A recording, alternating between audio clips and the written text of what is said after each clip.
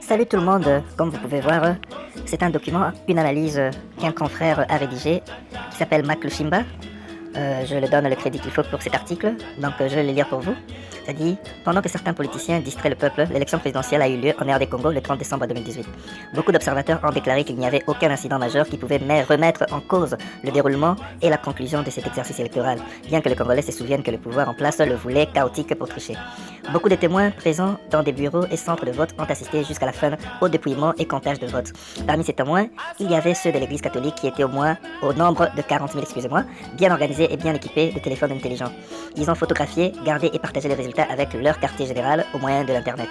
Ce qui revient à dire qu'après 24 heures, un QG, quartier général bien organisé, devait avoir tous les résultats de vote et des copies de procès-verbaux bien signés. Bénéficiant du soutien financier énorme du gouvernement congolais, cela sous-entend que la Commission électorale nationale indépendante CNI devait et était mieux équipée pour avoir et connaître tous les résultats de vote en temps réel. À la limite, après quelques heures seulement, sur ce, elle ne devait avoir besoin que de quelques jours pour proclamer le nom du candidat vainqueur. Mais malheureusement, la CENI ne l'a pas encore fait jusqu'au moment de la rédaction de cet article ce lundi 7 janvier 2019. La raison de ce retard ou cette hésitation est connue de tous les Congolais ayant du bon sens. Monsieur Emmanuel Shadari, le candidat du président Joseph Kabila, a mordu la poussière et occupe la 3e place, loin derrière les deux principaux candidats d'opposition. Ceci a créé un choc dans le camp de Kabila. Mais comme il est un dictateur qui a plusieurs fois tenté de s'accrocher au pouvoir, il également comprenait la surprise et le choc dans son camp. Et surtout qu'un pouvoir dictatorial africain n'organise jamais une élection pour la perdre. Ainsi, ne voulant pas s'avouer vaincu, le pouvoir de Kabila a immédiatement ordonné la coupure de l'Internet, du signal de récepteur radio, ceci pour isoler le peuple congolais et surtout pour les punir parce que les Congolais recevaient et partageaient les résultats sur les réseaux sociaux, les résultats venant des bureaux de vote en temps réel. Et pas seulement les Congolais, mais aussi beaucoup d'observateurs que la Kabylie a accrédités savent bien le nom du candidat qui avait une très grande longueur d'avance sur les autres dans la majorité de bureaux de vote. Et comme un dictateur ne pense qu'à son pouvoir, mais jamais au peuple, même quand ce peuple croupit dans la misère la plus noire. Comprenez maintenant la vraie raison qui fait que Joseph Kabila est en train d'exercer une forte pression sur la CENI pour retarder la proclamation au besoin tout faire pour proclamer M. Shadari comme vainqueur. Cette option leur semblant difficile et ridicule, il y a des rumeurs persistantes qui disent que le président Joseph Kabila a déjà amorcé des rencontres en aparté avec certains politiciens de l'opposition, avec pour but de donner l'ordre pour que la CENI proclame l'un d'eux comme vainqueur de l'élection présidentielle du 30 décembre 2018. Mais la Synco, cette entité de la toute puissante église catholique en RD Congo, qui a d'ailleurs déployé 40 000 observateurs, semble gâcher les plans de la Kabylie, en l'invitant à faire preuve d'honnêteté et de justice et annoncer le nom du vrai vainqueur de l'élection du 30 décembre 2018. Dans la foulée, le porte-parole et autres dignitaires de la Kabylie attaquent la Synco et veulent lui faire porter la responsabilité totale au cas où il y aurait soulèvement populaire dans le jour à venir. Mais un influx membre de la Synco a réagi aux accusations du gouvernement en soulignant que le responsable du soulèvement populaire, si cela a lieu un jour, ne sera pas l'église catholique, mais c'est lui qui ne publiera le vrai résultat de l'élection présidentielle conforme à la vérité des urnes selon le vote du peuple congolais. Et la Synco a même poussé plus loin disant qu'elle est prête à confronter les résultats en sa possession avec ce qui sera publié au cas où il y a tricherie.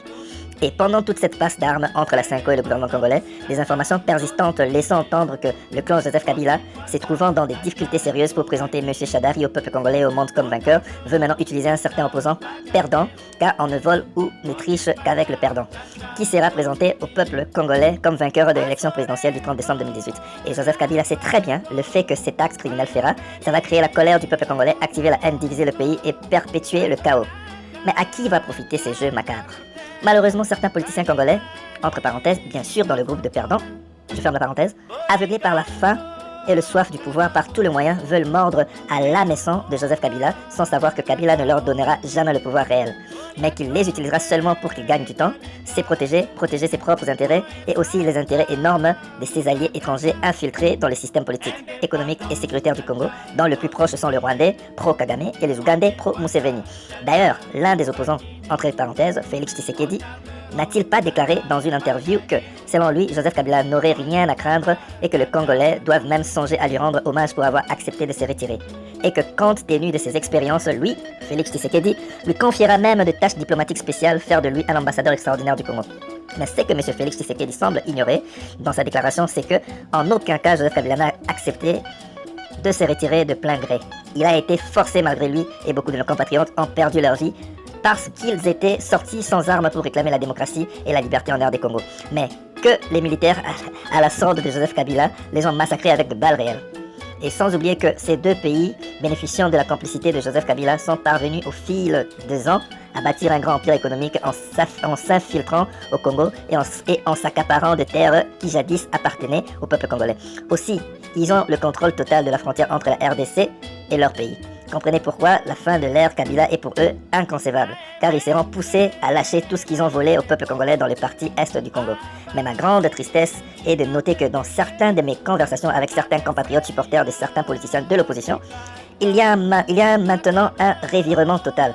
Eux qu'il n'y a pas longtemps criaient haut et fort que Joseph Kabila était un Rwandais, qu'il n'était pas le fils de Laurent Désiré Kabila, qu'il s'appelait Kanambe, que son vrai père c'est l'Adrien Kanambe, qu'ils allaient de gré ou de force le retourner au Rwanda, que le Congo est occupé, qu'il est plein d'infiltrés qui ont réussi à tuer des millions de Congolais et à arracher leurs terres, etc.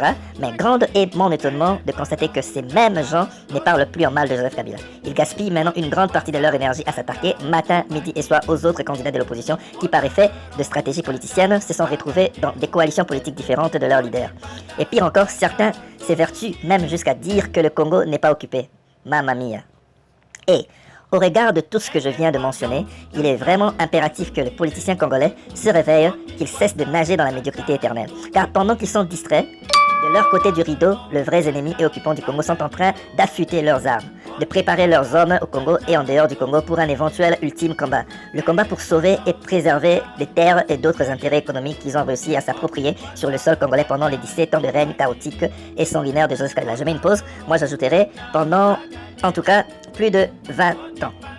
De 97 à l'entrée de Moselle Laurent Désiré Kabila, c'était l'entrée, les débuts. Et là, nous sommes en 2019, je dirais, ça fait 22 ans. Je continue.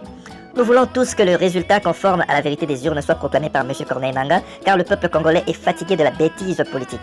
Maintenant, c'est le temps de passer aux choses sérieuses, à savoir la reconquête de la dignité nationale, la reconquête des terres arrachées par l'ennemi, la sécurisation du territoire national, la protection de nos frontières, la reconstruction du pays et bien sûr la poursuite devant la justice de tous ceux qui, de près ou de loin, ont contribué au génocide du peuple congolais. Mac Lushimba, le penseur libre. Donc il écrit libre penseur. Voilà, c'était... Donc je n'aurais pas montré sa page Facebook, vous devrez faire vos propres recherches, le trouver.